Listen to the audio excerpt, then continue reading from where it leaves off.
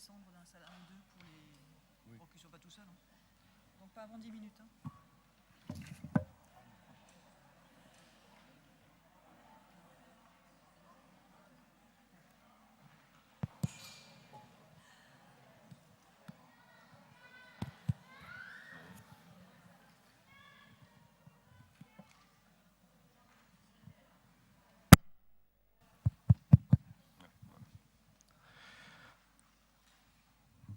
Bien.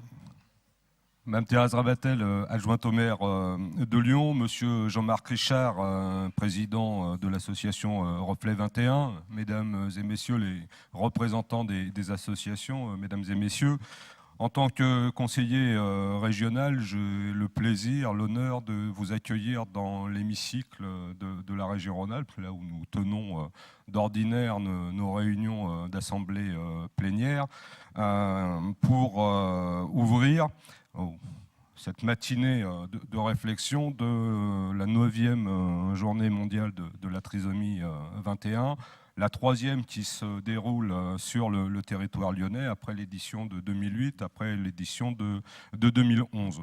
Jean-Jacques Kéran est retenu par d'autres obligations. Il me prie de vous s'excuser auprès de vous, ainsi que Marie-Odile Novelli, vice-présidente en charge notamment, ce qui vous intéresse le plus par rapport à ces attributions, de la solidarité. La région Rhône-Alpes, bien qu'elle ne soit pas concernée directement par la loi sur la question du handicap, a voulu politiquement s'engager à travers ses politiques sur la prise en charge du handicap. Nous estimons en effet que nous avons une responsabilité politique. Quand on sait que, quand on fait les statistiques sur l'ensemble de la région, qu'on a 10% des Rhône-Alpins qui sont considérés comme porteurs de handicap, ce qui conduit à 40% de personnes directement concernées par ces 10%. Et tout notre objectif, c'est de ne pas cloisonner les Rhône-Alpins en catégories, c'est-à-dire les 10, les 40. Pour nous, l'objectif, c'est qu'il y ait bien 100% des Rhône-Alpins qui puissent être concernés par la connaissance et la prise en compte du handicap dans la vie quotidienne d'un certain nombre de nos concitoyens et dans l'accompagnement. Donc notre objectif depuis un certain nombre d'années, c'est de faire en sorte que toutes les délégations déjà en interne, toutes les politiques que nous conduisons à travers l'ensemble des directions prennent en compte le handicap, ce qui, il faut le reconnaître, n'a pas forcément toujours été le cas, parce qu'on a aussi parfois le réflexe d'avoir une segmentation dans nos actions. Et là, la prise en compte du handicap est véritablement une action transversale.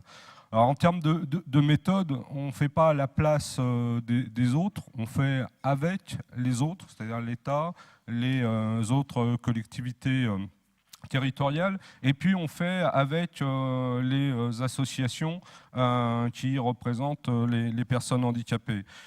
Dans une démarche de co-construction avec la mise en place, par exemple, en 2006, dans la foulée de la loi de 2005, d'une commission extra-régionale du handicap, dont l'objectif, qui réunit environ 250 personnes, dont l'objectif est de faire des propositions concrètes et de contrôler la mise en œuvre des politiques que nous pouvons mettre au niveau du Conseil régional. C'est-à-dire qu'on est véritablement dans un suivi de nos politiques par rapport à ceux qui ont préconisé un certain nombre de choses.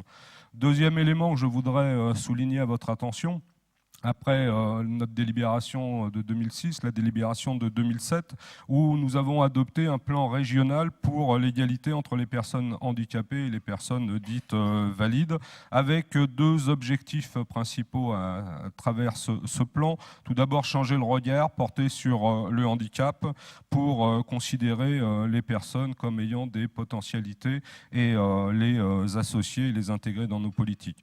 Deuxième élément fort, rendre accessibles les politiques régionales par rapport aux différentes formes de handicap, y compris psychique. C'est ce que je vous disais tout à l'heure. Parfois, on avait un axe sur certaines politiques et puis on oubliait d'autres politiques. Je donne un exemple que je livrais en aparté ce matin. Je prends ma casquette de vice-président de la commission jeunesse et sport. Par exemple, dans le sport, nous avons un dispositif qui s'appelle Eureka, dans lequel nous soutenons des associations qui œuvrent pour la mixité des pratiques sportives entre personnes dites valides et personnes porteurs de handicap, au lieu de forcément ne soutenir que des associations en direction des personnes porteuses de handicap, ce que nous faisons aussi. Mais notre volonté, c'est bien de faire en sorte que les différents publics se rejoignent, notamment dans la pratique du sport. Autre élément sur lequel nous avions pris parfois quelques retards sur l'ensemble du handicap, c'est déjà le siège dans lequel vous êtes, par rapport à notre déménagement de Charbonnières, qui a été élaboré dans sa construction pour permettre l'accessibilité à tous, y compris des éléments de formation des agents du siège, pour être en mesure d'accueillir dans le respect des différences l'ensemble des publics. Alors je sais que le filtrage du matin samedi n'est pas forcément évident, mais qu'on soit valide ou porteur de handicap, on est porteur du même handicap par rapport aux services de sécurité. Je veux quand même m'excuser pour eux, ils respectent des consignes, mais le filtrage, voilà, ils ont des consignes strictes qu'ils appliquent strictement. Il n'y a rien d'inquiétant là-dedans. Sur l'autre élément, au-delà du siège, un effort sur les trains et les gares. Vous savez que les régions sont porteuses de la question des trains et des gares, et donc on a signé avec la SNCF, notamment sur les TER, toute une série de politiques d'accessibilité.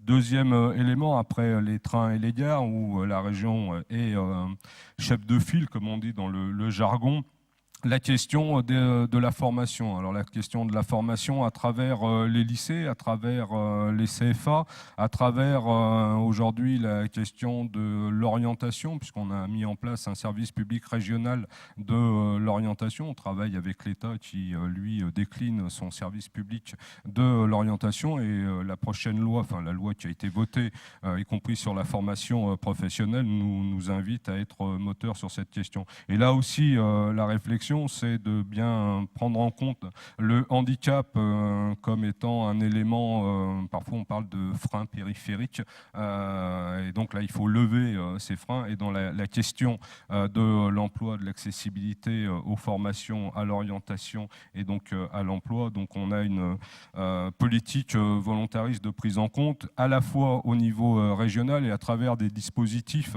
dans lesquels moi j'invite les associations à s'inscrire. C'est les politiques de territorialisation à travers ce qu'on appelle les CTEF dans le jargon. En fait, les contrats territoriaux emploi, formation, il y en a 27 sur la région Rhône-Alpes. Et là, c'est au plus près avec les associations, avec les différents partenaires, que ce soit l'État, où on réfléchit à mettre en place des politiques tout à fait concrètes de territoire pour permettre l'accessibilité à l'information, à l'orientation, à des formations et donc à l'emploi durable pour les différents publics.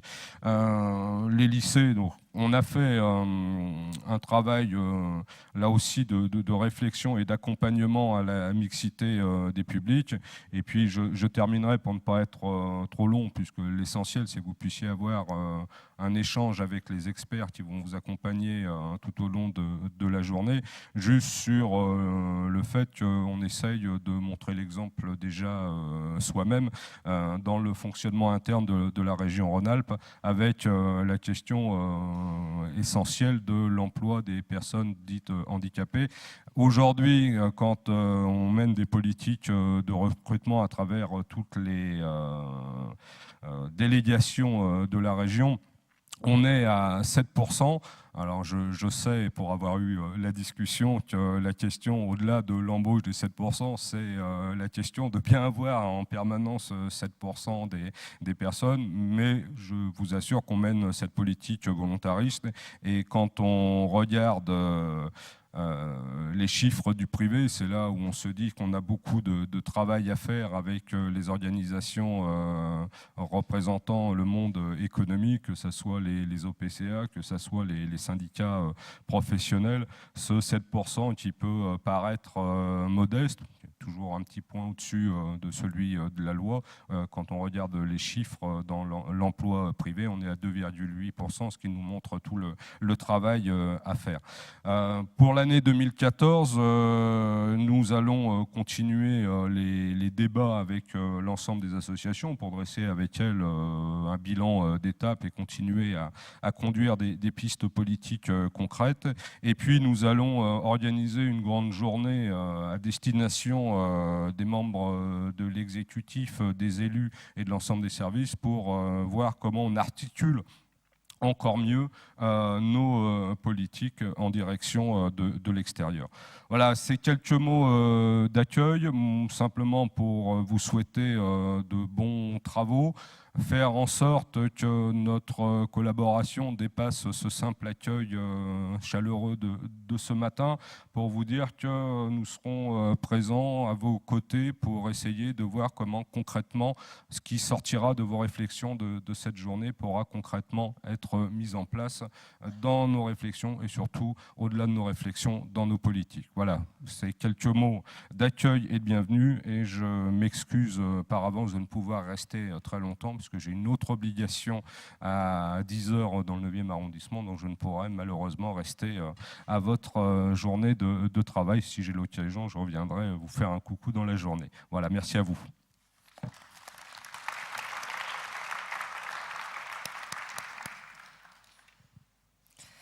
Bonjour, donc moi je suis venue vous saluer, mais comme vous le savez, il y a les élections municipales demain, donc en gros, j'ai rien le droit de vous dire. Obligation de réserve, je ne peux pas parler du passé, je ne peux pas parler des projets, je ne peux pas parler de la situation de Lyon, en gros je ne peux rien dire. Donc je suis venue vous saluer, je suis venue remercier les associations, je suis venue montrer mon intérêt en étant ici sans rien pouvoir dire, mais je ne peux pas en faire plus. Donc vous comprendrez la situation qui est un peu particulière, c'est un peu spécial aujourd'hui. Voilà, la seule chose que je peux me dire, c'est que vous avez de la chance d'être accueillis ici au Conseil régional, parce qu'entre 11h et 16h aujourd'hui, vous avez l'UNAFAM qui sera en principe dans les rues de Lyon. Mais je les plains parce qu'avec le temps qu'il fait, la situation pour eux sera difficile. Ils voulaient venir à la rencontre des gens pour discuter du handicap mental. Et donc, la journée est d'un certain point de vue mal choisie. Voilà, la dernière fois, c'était à l'hôtel de ville de Lyon, quand vous avez accueilli, ça peut-être que je pense que je peux le dire, mais bon, bien volontiers dans l'hôtel de ville. Donc, je vous souhaite de bons travaux, je vous remercie parce que je sais toujours que les associations, elles jouent un rôle de tricotage de la société qui est absolument énorme et qu'on a besoin des élus, bien sûr, pour impulser les politiques, etc. On a aussi besoin des associations dans la vie quotidienne, mais vous comprendrez, je ne peux pas vous en dire plus à part mon intérêt pour vos travaux. Voilà. Donc merci beaucoup et bonne journée, bonne suite de réflexion.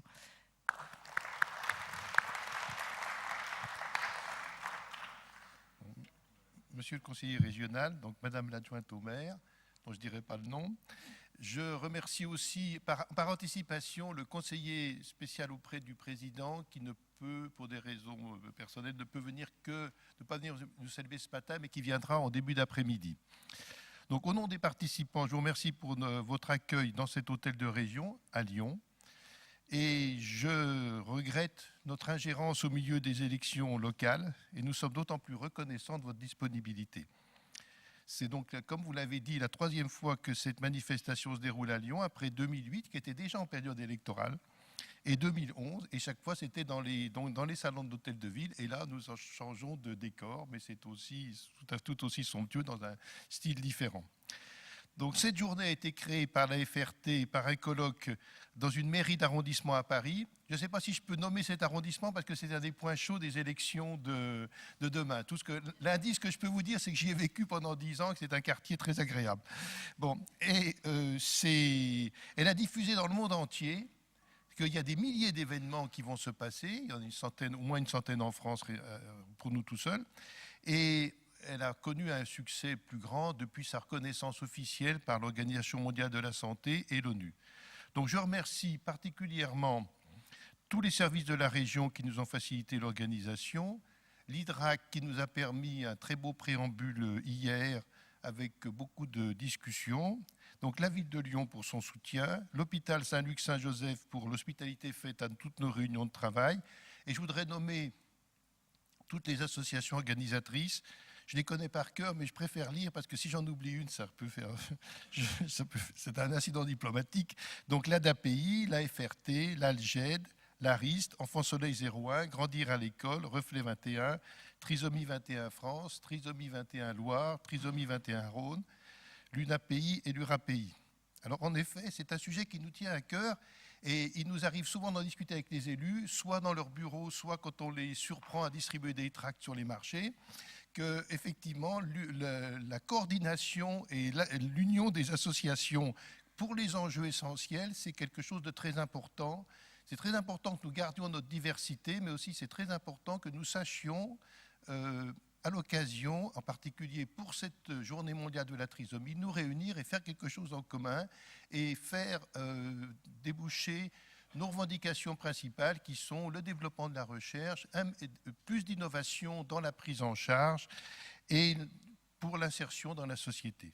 Voilà, je vous remercie.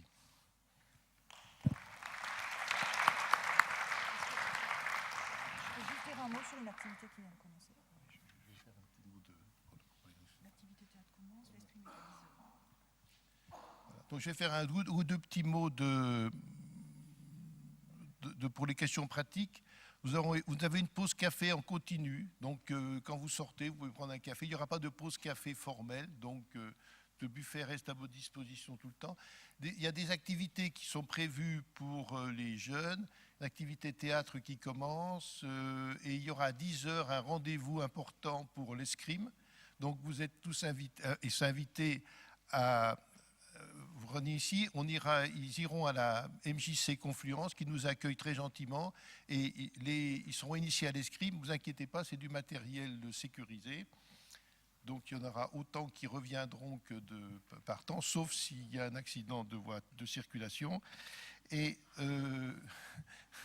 voilà. Et donc j'invite aussi les orateurs à venir à l'avance déposer leurs diapositives pour qu'on puisse faire des enchaînements. Et maintenant, je vais laisser la place à Monsieur Faure, qui est donc secrétaire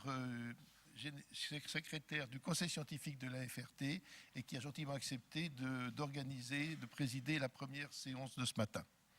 Merci. Bien, bonjour à tous. Jean-Louis Faure, je suis effectivement au conseil d'administration de l'AFRT et secrétaire général du conseil scientifique et médical dont la présidente est Jacqueline London. Avant, je dois dire que j'étais le président de l'ONFRI, l'Observatoire national sur la formation, la recherche et l'innovation sur le handicap. Et je crois qu'il faut en dire un mot de 1 minute. La loi de 2005 a un article 6 qui insiste sur le volet recherche sur le handicap.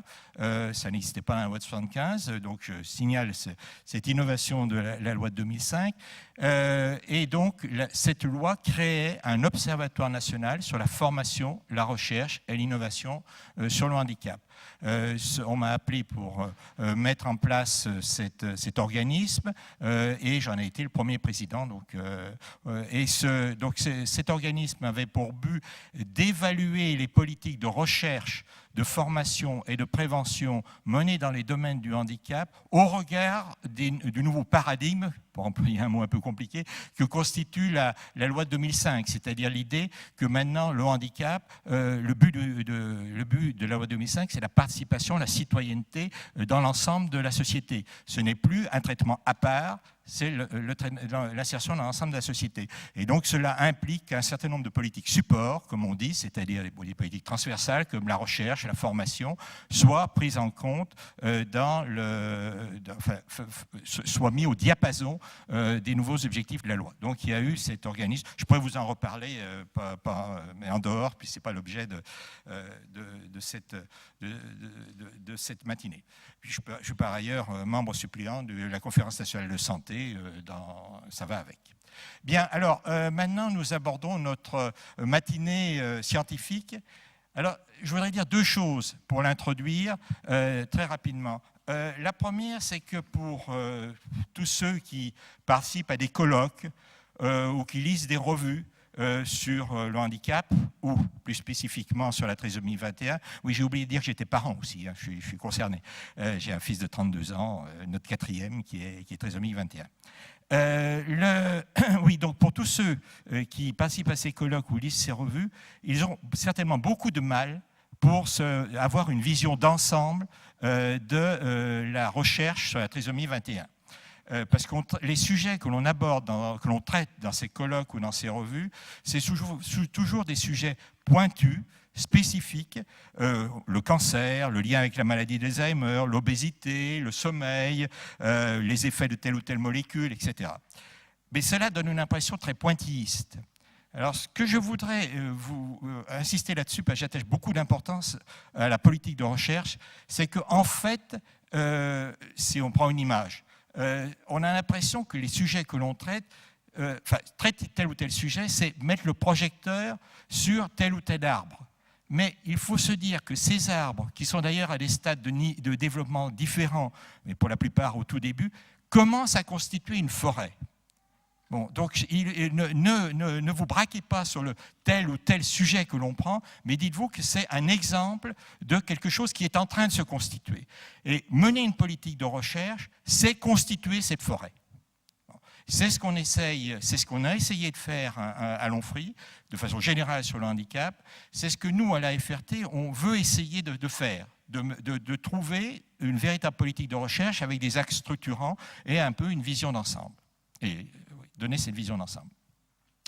Alors, le deuxième point, c'est que ces arbres, pour continuer la comparaison, ces arbres sont d'une essence différente les uns des autres. C'est-à-dire que les sujets traités se rattachent à telle ou telle famille de recherche, car il y a des axes structurants. Alors, je vais prendre un exemple pour être clair, et c'est l'introduction de la matinée. Nous avons bien 3 blocs au cours de cette matinée scientifique.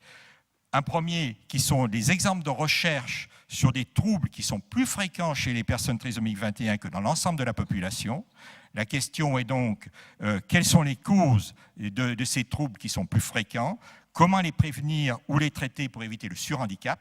Donc, voilà le bloc dont je vais m'occuper maintenant. Deuxième bloc, c'est les questions de dépistage et diagnostic prénatal, les évolutions en cours et leurs conséquences. Et le troisième bloc, c'est les recherches à visée thérapeutique sur des molécules qui sont susceptibles de corriger les effets de la surexpression de certains gènes induits par la présence du chromosome supplémentaire. Exemple qu'on a pris le GCG, les effets de GCG. Alors maintenant, j'en viens aux 2 interventions du premier bloc de ce matin, c'est-à-dire les troubles associés. Il y en a 2, on va parler des problèmes ORL, puis des problèmes du sommeil. Donc chaque intervenant a 20 minutes, puis nous aurons une discussion groupée de 15-20 minutes sur les 2 interventions à la fois. Alors j'appelle le docteur Marc Dexpert, qui est médecin ORL, qui va donc nous traiter, si j'ai bien compris, des problèmes ORL et plus précisément des problèmes d'audition des personnes trisomiques 21 en raison notamment de l'otite séromuqueuse. Voilà. Donc, Madame de Fréminville, vous pouvez venir. Non, préférez rester assise parce que il y a 3 donc ce matin. Vous venez bon, aussi, d'accord. Merci. Alors à vous. Allez-y. Merci, Mars. Oui. Bon, et bonjour. On m'a donc sollicité pour vous parler des problèmes de l'audition chez les enfants trisomiques, enfin, plutôt spécifique sur les enfants trisomiques. Vous m'entendez pas? Je vais faire un petit effort. Alors avant, je te diaporama, je ne sais pas s'il passe. Donc, les problèmes, c'est une présentation qu'avait fait le docteur Patrick Chéan, qui est donc ORL à Londres, qui est aussi parent d'un enfant trisomique. Et je me suis inspiré de son diaporama, surtout dans la partie recherche, qui n'est pas vraiment ma spécialité personnelle. Les maladies donc chroniques de l'oreille sont très importantes chez les enfants trisomiques, beaucoup plus d'ailleurs que dans le cadre des autres enfants handicapés. On peut estimer que 50 à 75% des enfants porteurs de trisomie présentent une baisse de l'audition, qu'elle soit temporaire ou définitive. Mon propos sera surtout les problèmes en relation avec l'inflammation chronique que l'on va voir chez ces enfants. Inflammation qui va durer certainement plus longtemps que chez les autres enfants. On définit l'otite séreuse donc par la présence chronique d'un liquide dans cette oreille moyenne, donc en arrière du tympan. C'est un liquide a priori stérile et qui va avoir une viscosité plus ou moins importante, ce qui va expliquer d'ailleurs la plupart des problèmes. Cette inflammation chronique s'explique par la relation qu'il existe entre la muqueuse de l'oreille moyenne et la muqueuse du rhinopharynx, puisqu'elles sont en continuité par la trompe d'Eustache, problème que nous allons revoir ensuite. La cause principale de ces problèmes est donc le dysfonctionnement de la trompe d'Eustache et sa conséquence immédiate est la provocation d'une surdité de transmission de 30 à 40, voire 50 décibels dans certains cas. Pour vous donner une idée de ce que représente une perte d'audition de ce niveau-là, vous vous bouchez les oreilles avec les doigts et vous aurez à peu près le niveau auditif que ça représente.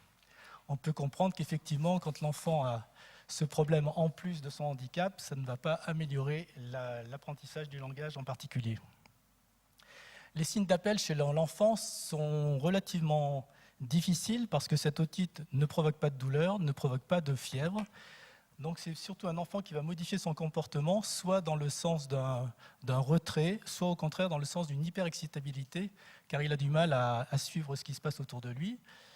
On peut noter un arrêt du développement du langage et chez les très jeunes enfants, en début d'apprentissage de la marche, une perte d'équilibre due aux pressions à l'intérieur de l'oreille. L'examen clinique de ces enfants est relativement difficile, d'une part parce que le conduit auditif externe est étroit et souvent encombré de sécrétions, que ce soit des débris de cérumen ou des débris de peau. Le tympan est peu variable par rapport à ce que l'on peut examiner sur un tympan normal. Il est très variable, soit mat, soit bombant, soit rétracté, mais le plus caractéristique sera la présence de bulles rétrotympaniques. Dans le reste de l'examen ORL, on recherchera l'état des amygdales et des végétations. On note ici sur la diapositive de gauche une hypertrophie majeure des amygdales, qui peut d'ailleurs avoir une influence dans la discussion suivante. Et sur la diapositive de droite, en fibroscopie, une hypertrophie aussi des végétations adénoïdes. On note également, je ne sais pas si je peux vous le montrer, non, je sais pas on peut noter également l'orifice tubaire de la trompe d'Eustache, c'est la partie extrême à droite. Et sur la partie de gauche, on note des coulées de mucopus en faveur avec une rhinopharyngite. Sur le plan diagnostique, quand c'est possible, on pratiquera un audiogramme qui va mettre en évidence une surdité de transmission, c'est-à-dire un écart entre la conduction aérienne marquée par des petits ronds et la conduction osseuse qu'on obtient avec un vibrateur avec les petites flèches en haut. Et surtout l'impédance métrique qui sera toujours pratiquée et dont la caractéristique sera la présence d'une courbe plate sur la courbe en bas. La trompe d'Eustache est un conduit ostéocartilagineux qui va servir à aérer la cavité de l'oreille moyenne, cavité fermée à l'extérieur par le tympan, et qui va mettre en communication donc cette cavité de l'oreille moyenne avec l'air extérieur de façon à équilibrer les pressions de part et d'autre du tympan pour optimiser sa vibration. Le dysfonctionnement de cette trompe d'Eustache va avoir comme conséquence d'entraîner une dépression à l'intérieur de cette oreille moyenne par consommation de l'oxygène local. Cette consommation et la surproduction de gaz carbonique va entraîner une métaplasie de sa muqueuse, c'est-à-dire que cette muqueuse de type respiratoire au départ, très pauvre en cellules sécrétrices, va former de plus en plus de cellules caliciformes capables de sécréter du mucus. Et ceci va entraîner une exsudation de liquide responsable de l'otite séreuse. Pourquoi plus de problèmes dans le cadre de la trisomie 21 ? parce qu'il existe des anomalies de la base du crâne, ce qui va entraîner une différence de la trompe d'Eustache qui va se fermer plus facilement. Surtout, il existe une hypotonie musculaire puisque cette trompe d'Eustache s'ouvre de façon active par l'intermédiaire des muscles péristaphylins, donc des muscles qui s'insèrent sur la base de cette trompe et sur le voile du palais, ce qui explique que cette trompe va s'ouvrir à chaque mouvement de déglutition. Enfin, il existe des infections respiratoires importantes des voies aérodigestives supérieures. Que peut-on faire à l'heure actuelle pour limiter le problème? Bien entendu, éliminer le tabagisme passif, c'est sûrement une des causes principales et relativement facile à faire. Essayer d'avoir des crèches en effectif réduit, mais là c'est peut-être un rêve. Enfin, continuer bien sûr l'allaitement maternel. Les traitements antibiotiques dans les épisodes aigus sont bien sûr de rigueur et c'est grâce aux antibiotiques que probablement il existe moins de mortalité infantile à l'heure actuelle chez les enfants trisomiques. La vaccination va on va vacciner de façon plus fréquente avec 2 vaccins, un vaccin antipneumococcique, soit le PCV7, soit le PCV13 en fonction des éléments qu'ils contiennent, de façon à améliorer la réponse thymique de ces enfants. Cette vaccination a montré une nette réduction des otites moyennes, ce qui entraîne une réduction de la mise en place des aérateurs transsympathiques dont nous allons reparler. Le deuxième vaccin est l'Haemophilus influenzae, qui réduit énormément les épisodes d'otite pendant les mois d'hiver. Le traitement de base reste la mise en place des aérateurs transtympaniques. Alors là, vous en avez un des modèles, il en existe de nombreux, pratiquement autant de modèles que d'écoles. L'intervention consiste sous parasynthèse sous anesthésie générale à pratiquer une parasynthèse, c'est-à-dire une perforation du tympan, avec la mise en place de ce dispositif. Ceci permet en outre de vider la caisse du liquide qu'elle contient. Ces dispositifs vont rester en place quelques mois, voire quelques années suivant les modèles, et donc vont permettre de suppléer au dysfonctionnement de la trompe d'Eustache en permettant une aération permanente de cette caisse et de normaliser de fait la muqueuse de cette oreille. En cas d'échec, on peut mettre des prothèses auditives conventionnelles. Le problème de ces prothèses, c'est que, d'une part, elles coûtent cher, et d'autre part, vu la conformation des conduits auditifs, elles ne sont pas toujours bien supportées. C'est pourquoi les anglo-saxons ont préconisé la mise en place des BAA, c'est-à-dire des prothèses en ancrage osseux, qui consistent à fixer une vis en tungstène dans le crâne, comme on le voit sur cette image, et de fixer dessus la prothèse qui va donc agir en vibration osseuse directe, court-circuitant le système de la conduction aérienne. C'est un petit peu agressif, je trouve, chez les enfants. Donc c'est pourquoi on a préconisé éventuellement, de façon temporaire, la mise en place de prothèses auditives à ancrage osseux, mais sans l'ancrage, c'est-à-dire juste avec un bandeau qui permet le contact. Les questions que l'on peut se poser, c'est est-ce que la trompe d'Eustache est le seul problème qui explique tous les ennuis chez les enfants trisomiques? Donc pourquoi les infections démarrent plus tôt et durent plus longtemps? Pourquoi les épanchements sont plus tenaces et pourquoi les aérateurs sont expulsés plus vite?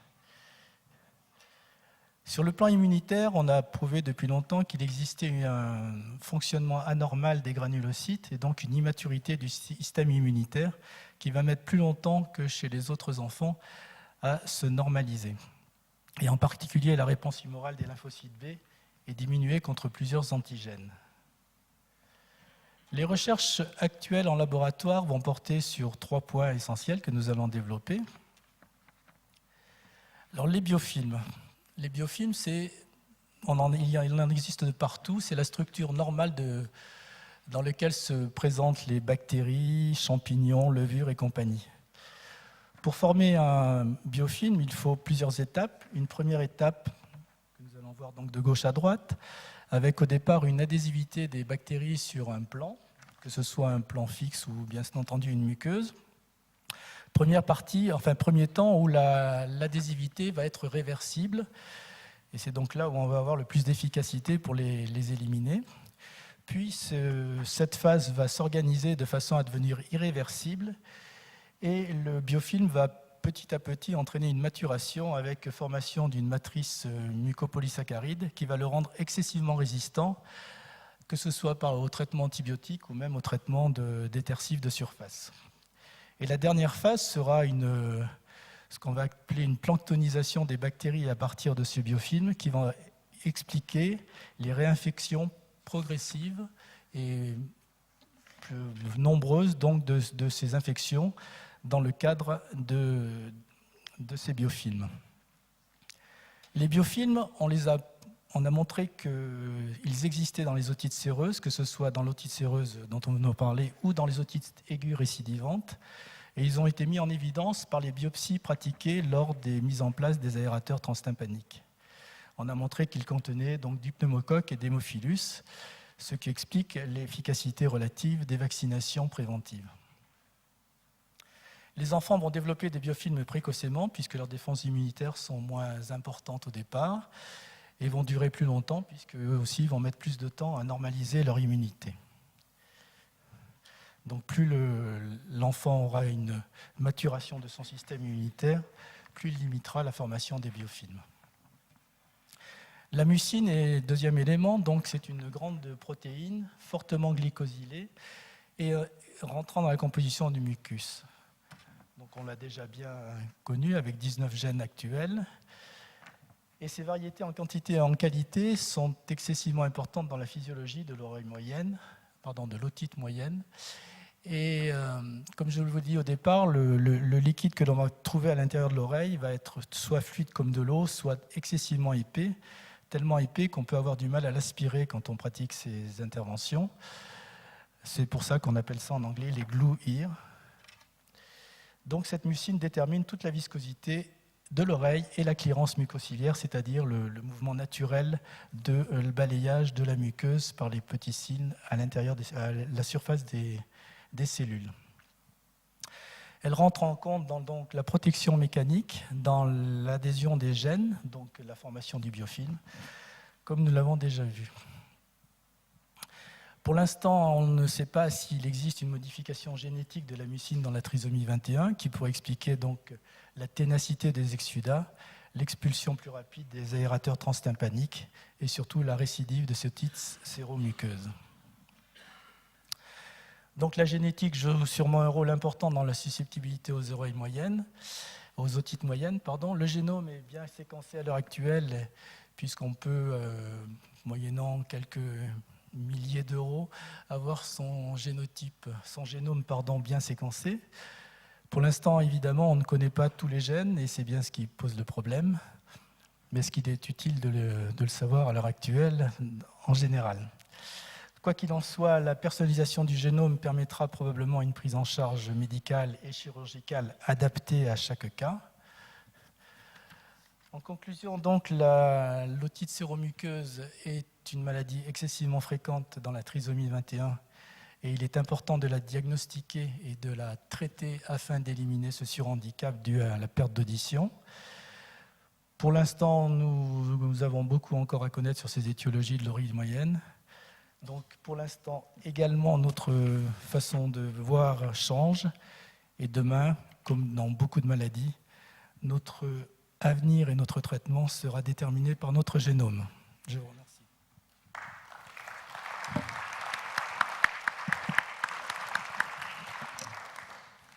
Merci docteur. Donc on enchaîne tout de suite. Alors, merci aussi pour, c'était parfait, exactement, non même un quart d'heure seulement. Donc ça nous permet d'allonger un petit peu la discussion de tout à l'heure et puis de récupérer un peu le temps perdu au début. Donc j'introduis maintenant Madame le docteur Bénédicte de Fréminville, que vous connaissez certainement, qui appartient au service de génétique du CHU de Saint-Étienne et au centre de référence des anomalies du développement centre-est. Bien, donc à vous la parole pour 20 minutes. Je pense qu'on va mettre le diaporama. Donc, je vous remercie de m'avoir invité à parler d'un sujet qui n'est pas vraiment ma spécialité. Donc, si jamais il y avait des experts dans la salle, j'espère qu'ils seront charitables avec moi. Mais c'est vrai que c'est un sujet auquel je suis confrontée très très souvent dans le cadre de l'accompagnement des enfants et des adultes porteurs de trisomie 21. Merci.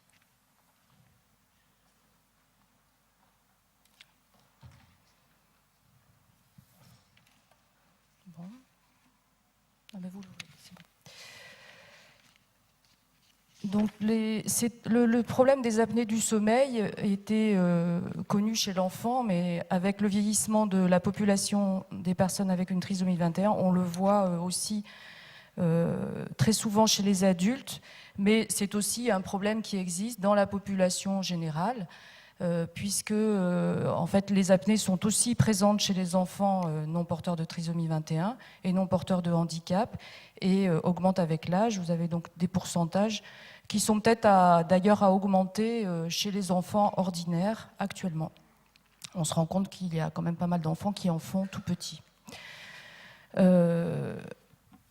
Selon les publications, on a des taux extrêmement différents d'incidence des apnées chez les personnes avec une trisomie 21, mais souvent ces publications concernent très peu de cas, donc on a du mal en fait à évaluer la proportion, et vous voyez qu'elle varie entre 30 et 80% selon les publications, quel que soit l'âge.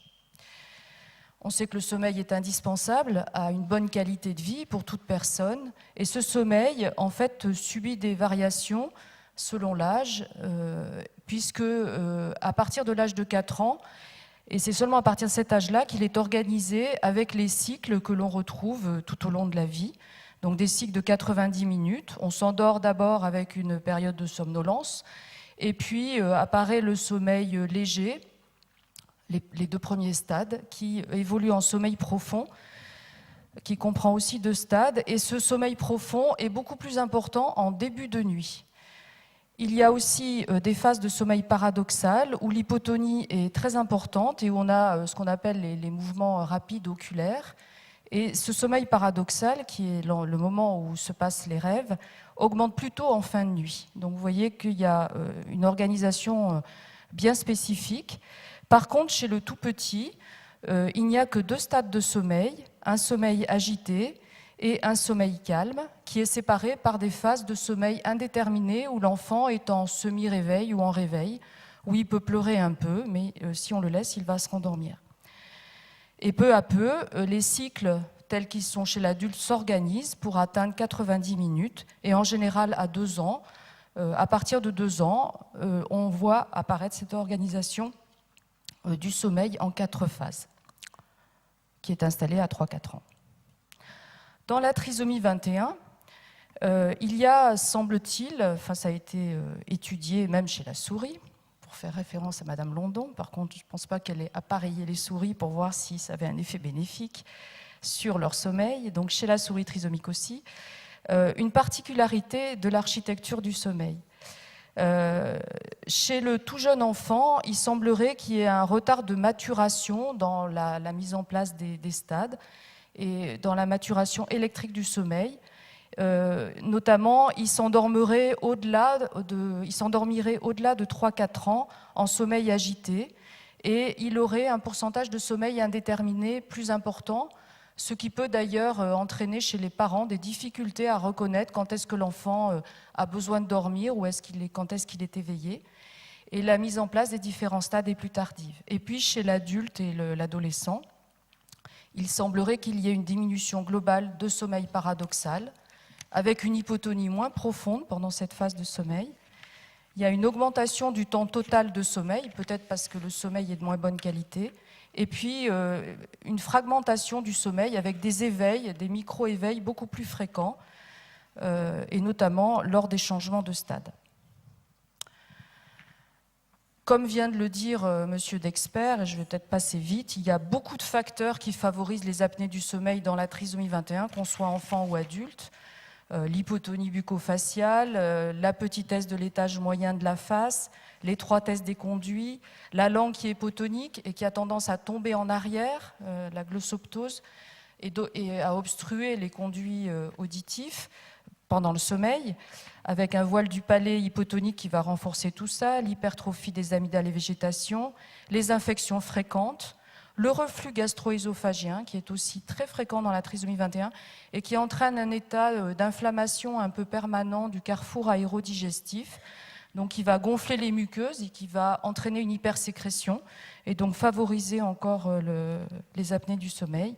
Enfin, l'hypotonie générale, l'obésité qui est fréquente.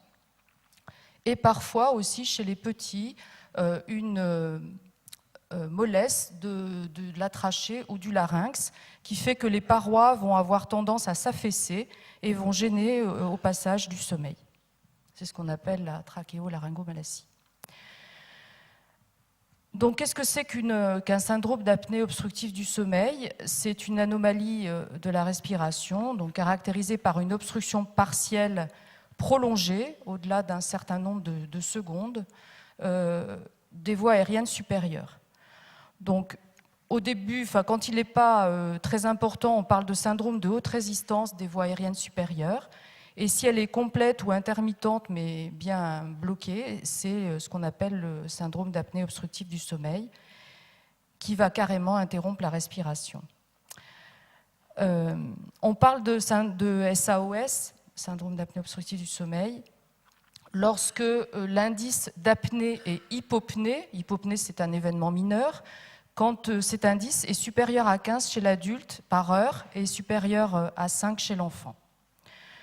Le moyen d'étudier le sommeil, c'est de faire un enregistrement pendant la nuit.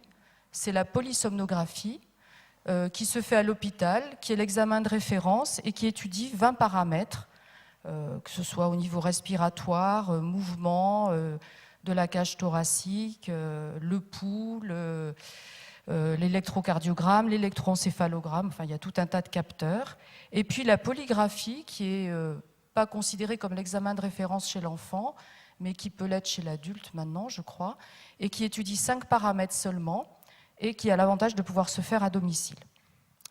Enfin, il ne faut pas sous-évaluer l'importance des questionnaires que l'on peut faire, des questionnaires qui sont validés chez l'enfant et l'adulte, et qui interrogent sur la façon dont dort l'enfant, certains symptômes, et qui sont assez révélateurs, comme vous le verrez. Les conséquences, pour l'enfant mais aussi pour l'adulte, il y a des caractères communs, bien sûr, c'est la fatigue, un enfant qui va moins bouger, des risques d'obésité avec ses complications, des problèmes cardiovasculaires, des perturbations cognitives, ça a été étudié dans différents articles, je vous en ai mis certains à la fin en bibliographie, des difficultés d'apprentissage scolaire, des troubles du comportement, avec d'une part une somnolence diurne, mais chez l'enfant, on a plus souvent une hyperactivité, des difficultés d'attention à l'école, une impulsivité, des troubles de l'humeur, bien sûr. Le fait de ne pas vouloir aller se coucher le soir peut être assez révélateur, et vous voyez que tout ceci a des répercussions à la fois sur la vie familiale et sur la vie sociale. Et puis on peut en arriver à une cassure de la courbe de croissance du poids et de la taille. Essentiellement de la taille d'ailleurs. Chez l'adulte, on a les mêmes problèmes, la somnolence diurne étant ennuyeuse quand on conduit ou qu'on travaille, avec des risques d'accident, les troubles métaboliques, encore des problèmes cardiovasculaires, des risques plus importants d'accidents vasculaires cérébraux, une grande fatigue, un ralentissement, les maux de tête qui peuvent être aussi présents chez l'enfant et qui sont à interroger quand on voit l'enfant en consultation. Ça peut être un indice. Et puis, on aboutit chez l'adulte souvent à une augmentation de consommation de psychotropes ou d'antidépresseurs, parce que ça peut jouer aussi sur le moral. Et tous ces médicaments ont plutôt tendance à aggraver le syndrome d'apnée du sommeil. C'est important de connaître aussi d'autres symptômes, parce que finalement tout ce que je vous ai décrit peut être interrogé et fait partie d'une description du syndrome en consultation. Souvent les personnes transpirent beaucoup à l'endormissement et pendant le sommeil. Il y a chez l'enfant une énurésie nocturne, c'est-à-dire qu'il continue à faire pipi au lit, où il peut se lever plusieurs fois dans la nuit, et de même chez l'adulte. Les ronflements sont quelquefois très pathognomoniques. Et puis, ce sont des personnes qui peuvent faire des cauchemars, qui peuvent parler pendant leur sommeil, qui peuvent être victimes de somnambulisme. Voilà, donc les conséquences pour les personnes avec une trisomie 21 sont les mêmes que pour les autres, sauf que souvent, elles ont déjà des malformations cardiaques, avec des risques d'hypertension artérielle pulmonaire, et tout cela est aggravé par le syndrome d'apnée du sommeil. Et puis, il y a eu plusieurs études qui ont corrélé la présence d'apnée du sommeil avec la baisse des capacités cognitives, et même certaines études qui parlent peut-être d'arrivée plus précoce de la maladie d'Alzheimer. dus à ces syndromes d'apnée du sommeil. Tout cela reste à vérifier, bien sûr. En tout cas, le diagnostic est difficile chez les personnes avec une trisomie 21 du fait de leur difficulté d'expression, du mal-être, voilà, et que souvent les problèmes vont se manifester plus par des troubles du comportement et qu'il va falloir interroger l'entourage. On a des questionnaires qui interrogent l'entourage, mais quand c'est un adulte, souvent il ne vit pas avec ses parents, il a sa chambre ou son appartement, et c'est très difficile de savoir comment il dort. Donc c'est souvent à l'occasion de vacances, de partage de chambre avec une sœur, un frère, voire un parent, qu'on se rend compte qu'il y a des pauses respiratoires. L'examen polysomnographie à l'hôpital, c'est vrai que c'est assez lourd, mais finalement, dans l'étude que nous avons faite et dont je vous parle après, vous verrez que c'est relativement bien accepté, et en tout cas, je pense qu'actuellement, c'est encore l'examen de référence. Le problème, c'est les listes d'attente dans les services spécialisés, et bien utiliser ces questionnaires en consultation. Les traitements, ce sont les mêmes que pour la population ordinaire. S'il y a une hypertrophie amygdalienne ou des végétations, eh bien, il faut sans doute opérer. Vous verrez qu'il y a peut-être d'autres mesures à prendre avant. Et puis, la ventilation en pression positive continue, qui est bien supportée quand elle est nécessaire, en dehors de troubles du comportement importants. Et les prothèses d'avancée mandibulaire sont proposées aussi dans la population générale. Je pense qu'il faut être prudent dans la trisomie 21, parce qu'il existe une hyperlaxité de l'articulation temporo-maxillaire et que en fait, ces prothèses ont pour but de tirer la mâchoire, la mandibule, donc la mâchoire inférieure vers l'avant, de façon à éviter qu'elle parte en arrière pendant le sommeil. Et du coup, on va avoir tendance dans cette population à leur luxer l'articulation, ce qui n'est pas bon, et ils risquent de faire des arthroses très précoces par la suite. Et puis de souffrir sans vous le dire. Voilà. Et du coup, ils n'accepteront pas la prothèse. Voilà. Et puis je voudrais rappeler l'importance des donneurs de temps dans le sommeil, parce que souvent, les enfants présentent des troubles du sommeil, mais qui sont plus ou moins induits par un environnement inapproprié. Et chez l'enfant porteur de trisomie 21, je reviens sur cette architecture du sommeil qui est particulière, et qui fait que les temps d'éveil sont un petit peu plus longs, notamment chez le tout petit. Et donc, un enfant doit dormir dans une pièce calme. Il faut qu'il reconnaisse l'alternance jour-nuit, donc elle doit être sombre quand il dort, et il faut de la lumière quand il est éveillé, d'autant que ça a une action sur la sécrétion de mélatonine, qui est une hormone qui est très importante dans le sommeil. Donc, quelquefois, les parents interprètent mal ces micro-éveils et vont aller chercher l'enfant qui, en fait, se serait rendormi spontanément, peut-être après avoir pleuré un peu. Voilà, donc c'est très important d'accompagner peut-être aussi les parents sur cette reconnaissance des signes du sommeil chez l'enfant porteur de trisomie 21. Donc, depuis l'année 2008-2009, nous avons fait, dans le cadre d'un projet de recherche clinique, une étude qui en fait avait pour but d'évaluer la possibilité de diagnostiquer des apnées du sommeil par une méthode simplifiée comme la polygraphie à domicile. Et pour cela, nous avons enregistré des enfants et des adultes porteurs de trisomie 21. Donc c'était un projet interrégional avec les hôpitaux de Lyon et le CHU de Grenoble, qui n'a eu qu'une participation modeste, mais bon, voilà, il était là au départ. Donc voilà les différents. Donc j'ai rajouté des diapositives, comme vous pourrez le constater, parce que je n'avais pas fini l'autre jour. Les différentes personnes qui sont intervenues, je n'ai pas mis tous les neuropsychologues parce que je n'avais pas leur nom tous, mais voilà, il y a eu beaucoup de neuropsychologues qui ont changé d'ailleurs au cours de l'étude. Et le protocole visait à inclure 60 adultes et 60 enfants, de plus de 2 ans pour ces enfants, 20 à Lyon. Donc il y avait 40 adultes à Saint-Étienne et 20 enfants, 20 adultes et 20 enfants à Grenoble et 20 enfants à Lyon. Nous les avons tous vus en consultation pour faire signer le consentement, faire un examen clinique, faire passer certains questionnaires sur le sommeil et un questionnaire sur les troubles du comportement. Puis, cette personne avait des évaluations neuropsychologiques. Il y avait une consultation ORL qui était prévue. et la personne était enregistrée pour les enfants dans le service de Madame Franco à Lyon et pour les adultes à Saint-Étienne. Il n'y a eu que quelques inclusions à Grenoble, donc c'était dans le service du professeur Jean-Louis Pépin. Puis nous devons revoir toutes les personnes à 18 mois pour voir et refaire des évaluations neuropsychologiques afin de voir si celles-ci avaient évolué plus qu'elles n'auraient dû évoluer en fonction de l'âge, ou moins, voilà, suivant le résultat de la polysomnographie. Dans cette étude était donc prévue une relecture des polysomnographies en aveugle, c'est-à-dire sans connaître le résultat initial de la polysomnographie, avec seulement lecture des 5 paramètres qui sont utilisés dans la polygraphie à domicile, afin de voir si on détectait de la même façon, avec ces 5 paramètres, les apnées du sommeil, comme on les avait détectées sur la lecture des 20 paramètres.